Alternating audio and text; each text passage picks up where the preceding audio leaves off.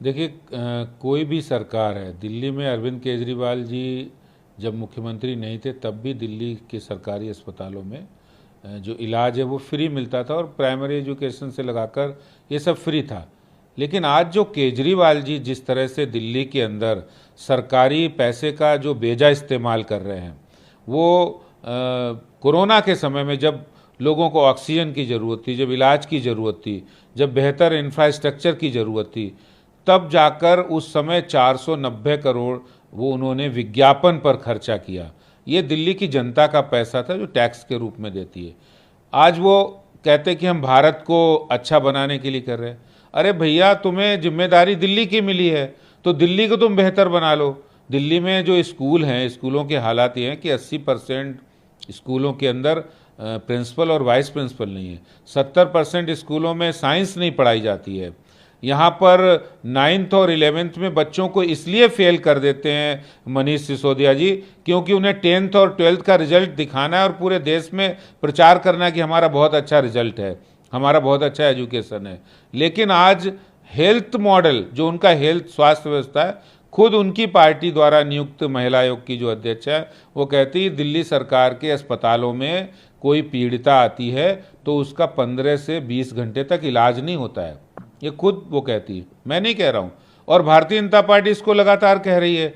तो केजरीवाल जी जो बातें कर रहे हैं, अगर वास्तव में वो जनता के हितैषी होते तो प्रधानमंत्री जी की आयुष्मान योजना को दिल्ली में लागू करते, 5 लाख रुपए तक का उनको इलाज हो सकता था।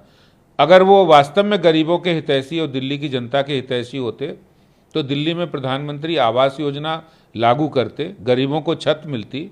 अगर वो वास्तव में हितैषी होते तो दिल्ली के किसानों को उनका मालिकाना हक मिलता, उनको रेवेन्यू रिकॉर्ड में उनको जगह मिलती, ताकि उनको प्रधानमंत्री किसान सम्मान निधि का पैसा भी उनके खाते में जाता।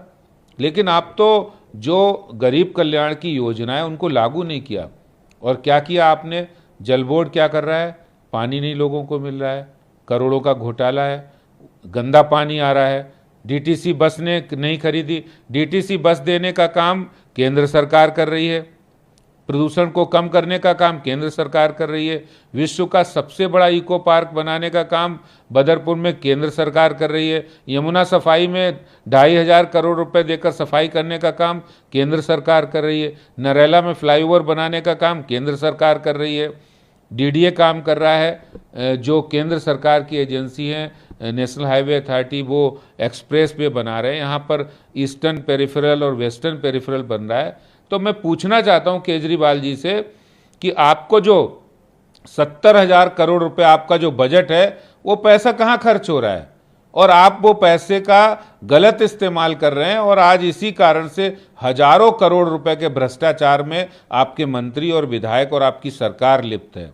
और आप वास्तव में दिल्ली जो देश की राजधानी है, जिसमें बहुत सारे काम हो सकते थे, लेकिन वो दिल्ली सरकार ने वो विकास के काम नहीं किए हैं और उनकी बजाय वो उनका राजनीतिक इस्तेमाल कर रहे हैं उस पैसे का प्रचार और प्रसार में। दिल्ली में सर इलेक्ट्रिसिटी के फिक्स चार्जेस भी बढ़ाए गए हैं। हाँ बिल्कुल, दिल्ली में जिस तरह से आम आदमी पार्टी सरकार पानी और बिजली करके आए थे, बिजली हाफ और पानी माफ, और आज उन्होंने बिजली के फिक्स चार्ज पहले बढ़ाए, फिर सरचार्ज बढ़ाए और अब फिर सरचार्ज बढ़ा दिया है। ऑलरेडी दिल्ली के अंदर 6,000 से 6,500 मेगावाट बिजली की खपत है और ये फिक्स चार्ज लोगों से वसूल कर रहे 22,700 मेगावाट के।